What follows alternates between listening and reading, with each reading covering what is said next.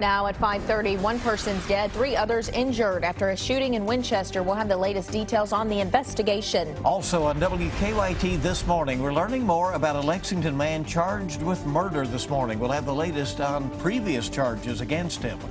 And we are keeping you up to date on the latest travel alerts as you...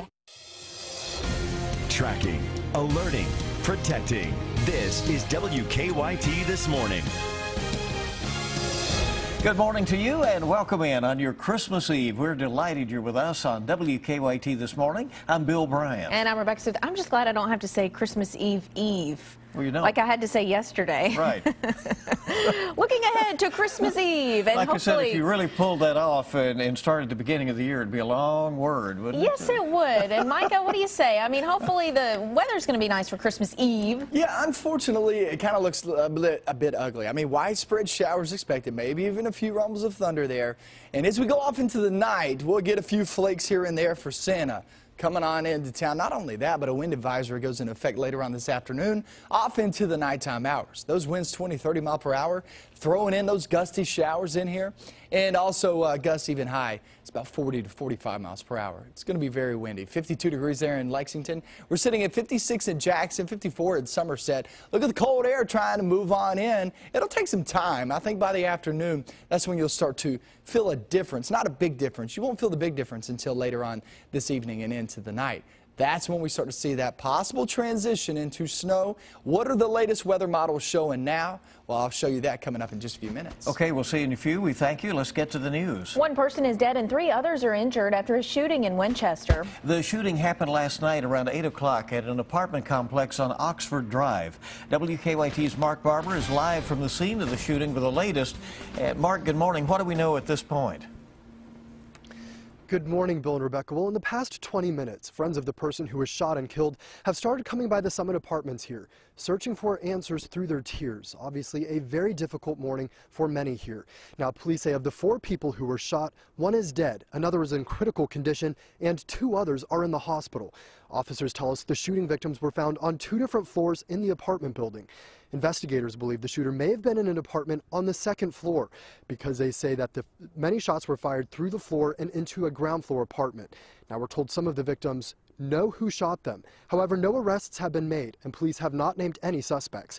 At this time, the coroner has not released the identity of the person who was shot and killed. However, we do know that they were in a relationship with the man who is in life-threatening condition at UK Hospital. Well, I knew that there was, young teenagers, in that building, and that kind of bothered me, because I've got teenagers of my own, and, I think about their parents, their families, and,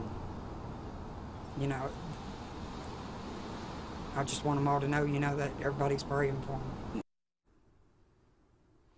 Now, investigators believe that several of the people who were involved in this quadruple shooting did not live here. Now, investigators are not saying what led to the shooting. However, I am told that they do not believe it was random.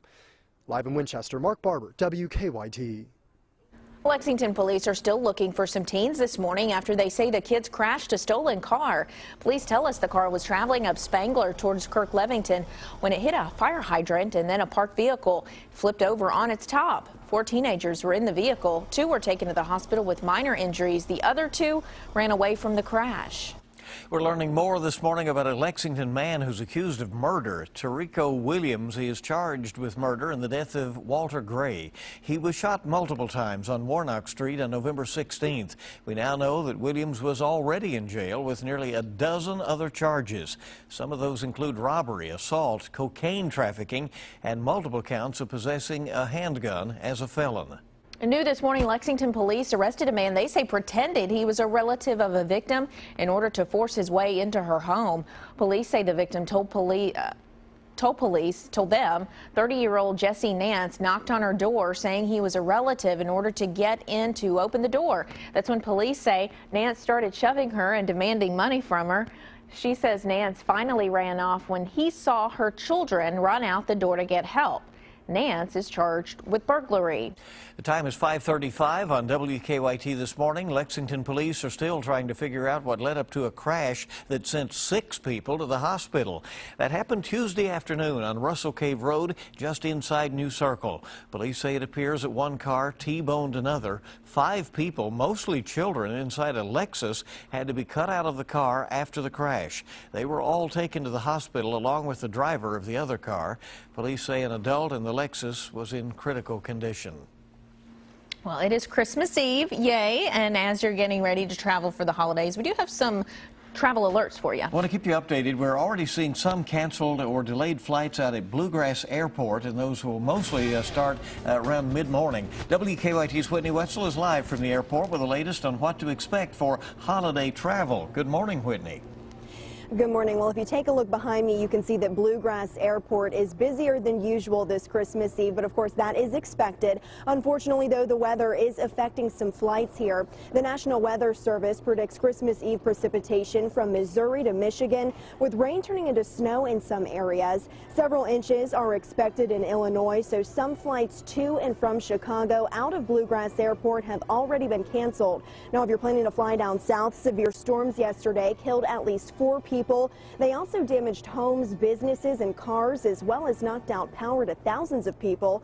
The severe weather led to some delays in Atlanta, and this morning a flight to Dallas from Lexington has been delayed. Also, a flight to Charlotte has been canceled. So if you're planning to fly over the next few days, you'll definitely want to keep an eye on your flight for any delays or cancellations. We're live at Bluegrass Airport. Whitney Wetzel, WKYT. All right, Whitney, thank you. Investigators call it a frustrating crime. They say that vandals damaged at least 8 cars in Mercer County. Most of the cars were on Mackville Road. The Mercer County Sheriff says someone smashed windows out of the cars. He says nothing was actually taken from them, but one of the victims tells us the damage has really made her angry. I just think it's ridiculous that people have to be that mean or whatever to do something like that. Investigators say the vandals have caused thousands of dollars in damage. The sheriff says there is a reward of $1,000 for any information that leads up to an arrest. Well, community activists will be joined this evening by Louisville Mayor Greg Fisher and others for a vigil to honor 2 slain New York City police officers. Members of the West Louisville Department also showing support for local law enforcement. They're putting up green ribbons across town. It's part of the Voice of Louisville Civil Rights Association's continued message, which calls for unity between police and the community, even in the wake of several police-involved deaths. We cannot follow the lead of someone that was mentally deranged in his action and in his behavior, and even in his statement. I understand that that young man was definitely under mental pressure. It's a shame that it took 2 police officers in New York City to be assassinated, and that's exactly what it was, assassination.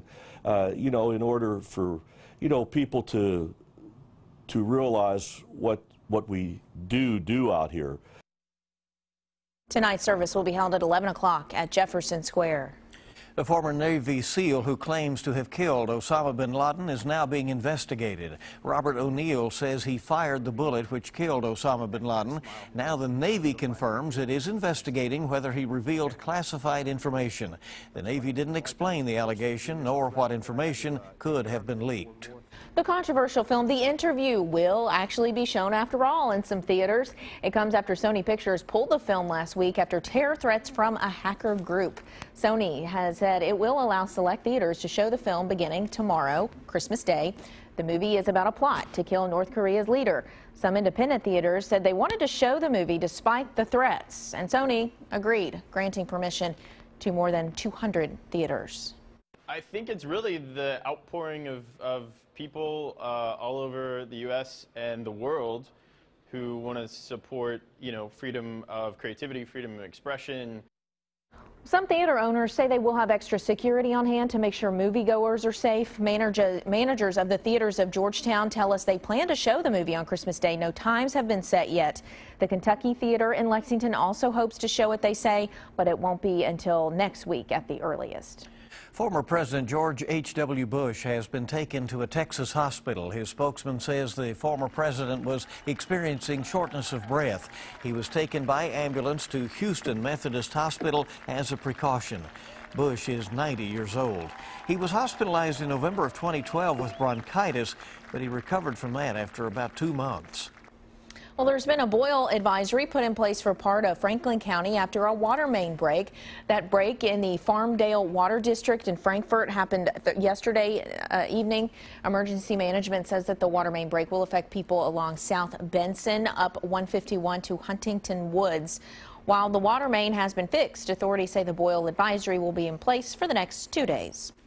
Quite a surprise for many people around the Bluegrass as they received some unexpected Christmas gifts. Father Jim Sitchko of St. Mark Catholic Church in Richmond went place to place yesterday giving away $4,000. He paid for groceries for some customers at Kroger, paid drive-through orders for customers at McDonald's, and handed out $100 bills to some people at Fayette Mall. I'm going to buy your groceries today. Yes, I'm serious. No, yep, you're just yep, kidding. nope. Merry Christmas to you. I don't believe it. Yeah. Yep. Father Sitchko says he planned to keep handing out the money until he ran out. He said he hoped that these random acts of kindness brought joy to people who received them. Well, Santa Claus will begin his annual journey around the world in just a few minutes from now, and you'll be able to track his entire trip online. As always, volunteers with the North American Aerospace Defense Command, or NORAD, will monitor Santa's journey. They'll also spend Christmas Eve answering phone calls and emails from children asking about Santa. And you'll be able to track Santa online by going to WKYT.com. We have a link to NORAD's tracker, and that begins at 6 o'clock in the morning. So just a few minutes from now, we'll put that live on WKYT.com. Santa Claus coming to town, isn't he? Okay, we have a traffic alert to pass along this morning. We have an update to that New Circle Road blasting project. There will be no blasting until the 5th of January. No more until then. In fact, there will be no work at all on New Circle. Until that time, there will only be bridge work.